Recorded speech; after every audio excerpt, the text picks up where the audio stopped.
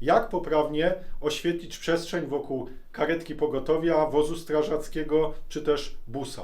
Dzisiaj technikalia na temat, jak stosować superpopularne lampy robocze z serii CRP1.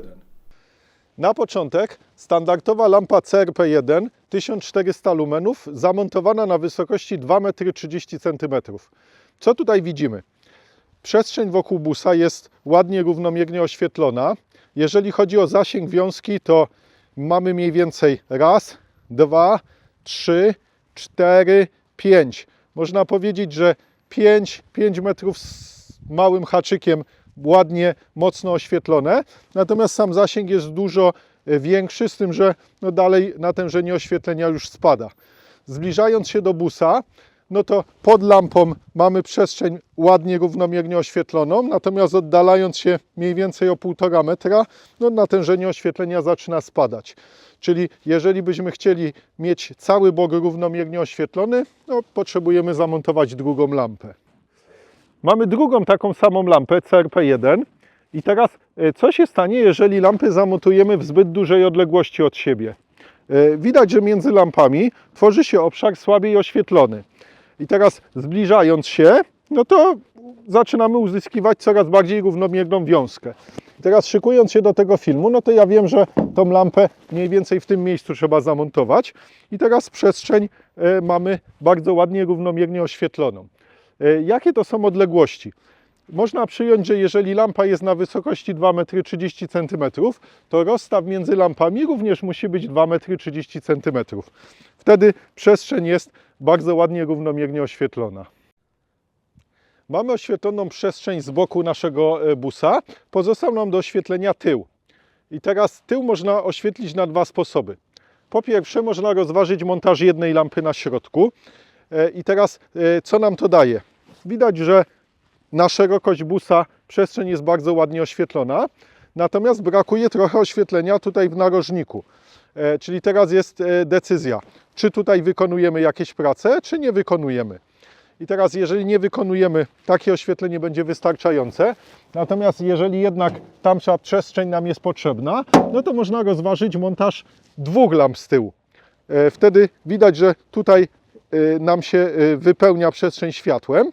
Natomiast wtedy potrzeba zamontować dwie lampy. I teraz można przejść do tego, to jaka jest w takim razie strategia oświetlenia pojazdu lampami CRP1 ze standardowym układem optycznym. Zaczynamy od narożnika i modułem takim samym jak wysokość montażu, czyli w naszym przypadku 2,30 m, co taki moduł montujemy kolejną lampę. Wtedy mamy bok idealnie równo oświetlony. Natomiast ponieważ startujemy od narożnika, to również narożnik mamy równomiernie oświetlony. I w ten sposób możemy oświetlić cały pojazd. Teraz z boku naszego busa mamy zamontowaną lampę CRP1 z mleczną szybą, ale w wersji 2200 lumenów. I co tutaj widać? Wiązka światła z takiej lampy jest dużo bardziej szeroka.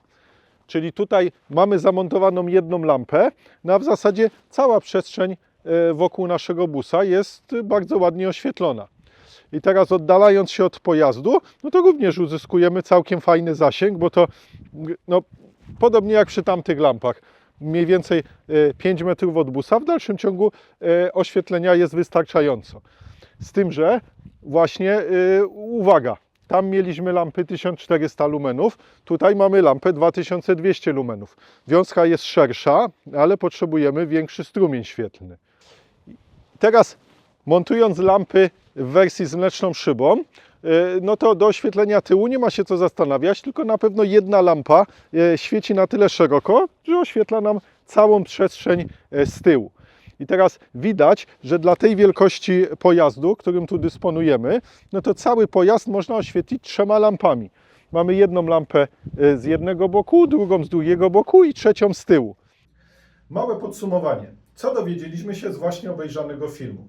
Po pierwsze, lampy montujemy możliwie wysoko. W naszym przypadku było to 2,30 m.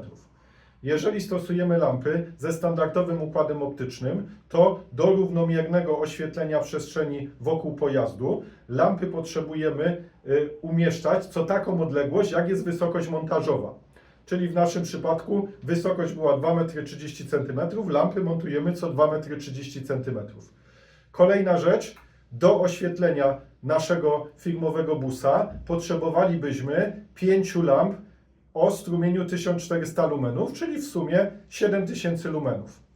Rozwiązanie z szybą mleczną to były 3 lampy, każda 2200 lumenów, czyli w sumie 6600 lumenów. Obydwa rozwiązania potrzebują podobny strumień świetlny. Czy któreś rozwiązanie jest lepsze? Każde ma swoje plusy i minusy. Przy rozwiązaniu z układem optycznym standardowym mamy lepszą kontrolę nad tym, które miejsca wokół pojazdu są lepiej oświetlone. Światłem możemy dużo lepiej sterować, ale wymaga ono większej ilości lamp. Przy lampach z szybą mleczną w zasadzie nie mamy możliwości regulacji, ale w zamian dostajemy idealnie równomierną wiązkę światła, która jest bardzo przyjemna do pracy. Wybór należy do użytkownika.